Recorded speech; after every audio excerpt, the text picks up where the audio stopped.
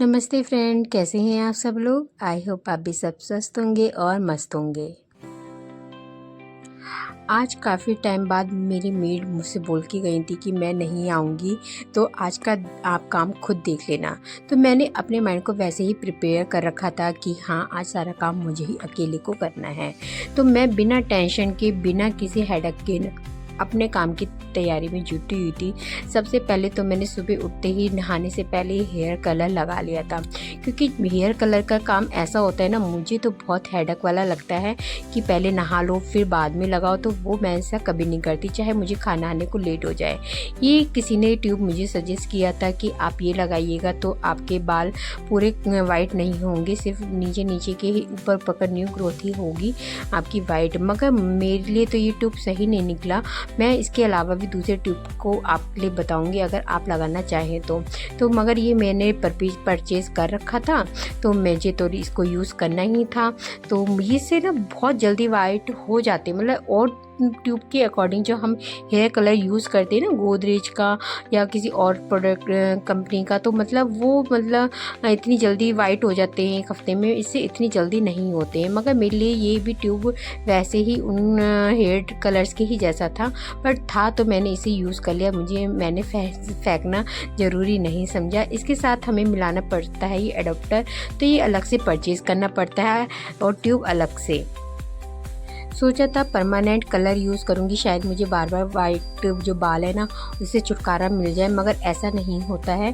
Permanent colour कोई नहीं होता है, मगर यहाँ जो हमारी न्यू ग्रोथ आती है ना, तो वो हमारी वाइट ही होकर आती है। तो जो भी न्यू ग्रोथ आई थी मेरी, वो पूरी वाइट हो चुकी थी, तो उसी को बस मैं ये यूज़ करूँगी। तो यह काफ़ी लॉन्ग टाइम तक चल जाते हैं ये कलर, और पूरा आपके नीचे तक वाइट नहीं होते बाल।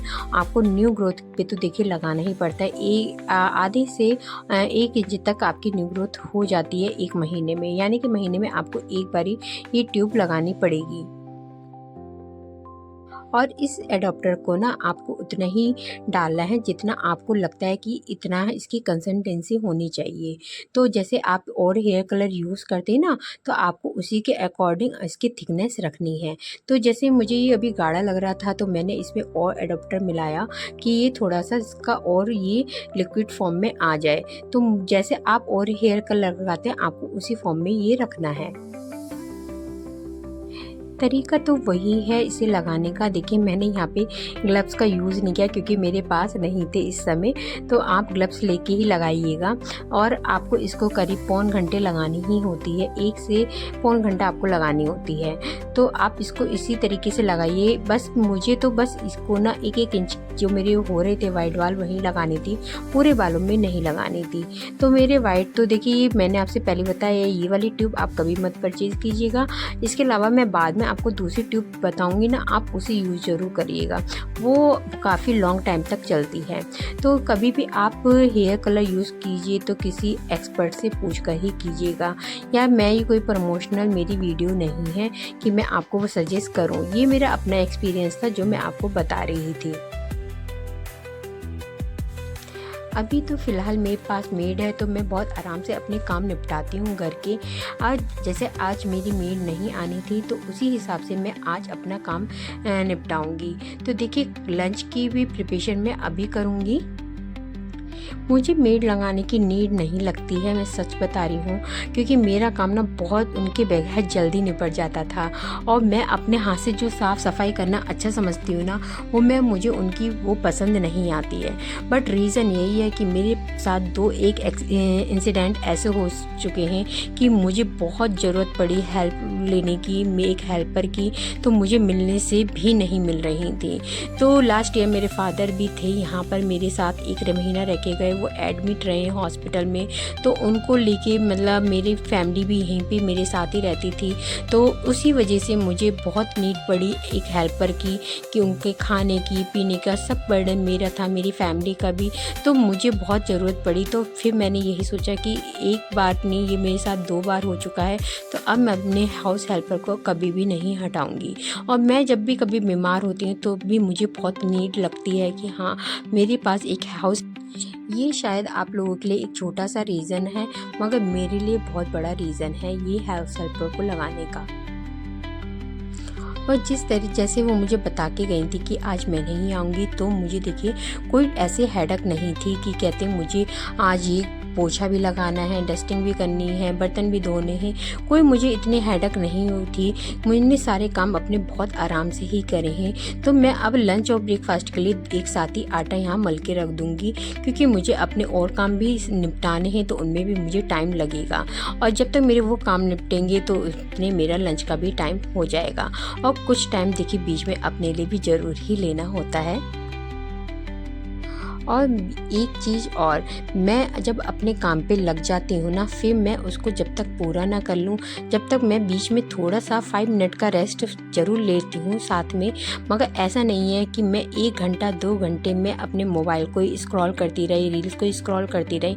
मुझे अपनी पूरी टेंशन रहती है अभी मेरे ये काम भी रह गए हैं। तो यहाँ पे देखिए मुझे पराठे नहीं रोटियाँ बनानी थी, क्योंकि मैं स्टफ़ प्याज के पराठे बना रही थी। तो एक मेरी ना आदत सी बन गई है, पहले मैं प्याज के पराठे ही बनाती थी, तो घी की डिब्बी उठाई और मैंने लगा दिया, तो मेरे से ना गलती से 2-3 पराठे बन चुके थे। फिर बाद में मैंने इसको ना फिर मैंने बाद में अपने लिए रोटी सेकी थी। तो वो तो मैं हस्बैंड अपनी मम्मी को खिला दूँगी, अपनी सासू माँ को दे दूँगी, पर मैं अपने लिए स्टफ़ रोटी ही बनाऊँगी, क्योंकि मुझे ना रोटी भी बहुत अच्छी लगती है प्याज की। और यहाँ पे देखिए मेरी दाल मैंने भूनने के लिए रख दी है, क्योंकि अरहर की दाल और उड़द की धुली दाल आप भून के बनाइए, बहुत अच्छी बनती है। तो इस दाल को तो पहले मैं भूनूँगी, साथ-साथ देखिए मेरे 3 काम हो रहे हैं, चाय बन रही है, पराठे बन रहे हैं और उधर मेरी दाल भी बन रही है।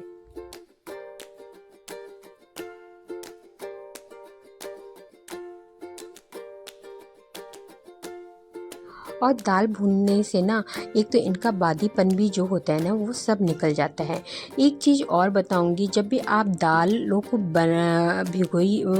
धोइए तो उसको ना आप थोड़ी देर के लिए ना भिगो के रख दीजिए। जितना भी उसमें केमिकल लगा होता है या उसमें कलर लगा होता है ना, वो सब आपका उसमें पानी में ही निकल जाता है। थोड़ी देर बाद भिगो के रखने से ना बहुत बिल्कुल प्योर दाल आपकी निकल आती है। और थोड़ी देर बस आपको भूनना है जब तक इसमें अच्छी सी खुशबू ना आने लग जाए। बाकी आप इसमें जो मसाले डालते हैं ना वो डाल दीजिए और पानी मिला दीजिए और इसमें बस सीटी लगा दीजिए। एक सीटी लगाने के बाद आप थोड़ी सी उसे ना खोलकर बनाइए, तो उसका और ही टेस्ट आता है। आजकल की हमारी लाइफ़स्टाइल इतनी बिज़ी हो गई है ना कि कुकर में 1 सीटी मारी, 2 सीटी मारी और हमारी दाल बन जाती है। पहले के लोग इसे ना खोल के बनाते थे, तो उसका टेस्ट अलग ही आता है। मेरी सासू माँ भी कहती हैं 1 सीटी लगाओ और दाल खोल के बनाओ। तो हाँ, वाक़ई वो सही कहती हैं, वो टेस्ट अलग चेंज हो जाता है। आप 1 सीटी लगाइए और थोड़ी-सी देर ना आप उसको ना ऐसे खोल के बनाइए ना और फिर बाद में इसको छौंकिए, तो टेस्ट अलग ही होता है। और अब मैं सच बता रही हूँ, मेरी सासू माँ जिस तरीके से बनाती थी कोई दाल ना मैं उसी तरीके से ही बनाती हूँ। और मेरे यहाँ पे देखिए आधा काम तो पूरा ही हो चुका है। जैसे दाल हो गई, ब्रेकफास्ट हो गया, इधर मैंने चाय रखी थी डोंगे में, तो ये चीज़ें ना मेरे साथ-साथ चल रही थी। तो मैं तो अपना काम देखिए कभी-कभी इसी तरीके से निपटाती हूँ, जब मुझे ज़्यादा काम होता है कि लंच की तैयारी मैं सुबह ही कर देती हूँ। जैसे आटा गूँध दिया, दाल बन चुकी है, एक सब्ज़ी अगर बनती है तो वो मैं इसी समय बना देती हूँ, अगर नहीं बनती है तो वो रोटी और चावल मैं तभी हैंड टू हैंड ही बनाती हूँ, क्योंकि हर चावल और रोटी बनाने में इतना टाइम नहीं लगता है।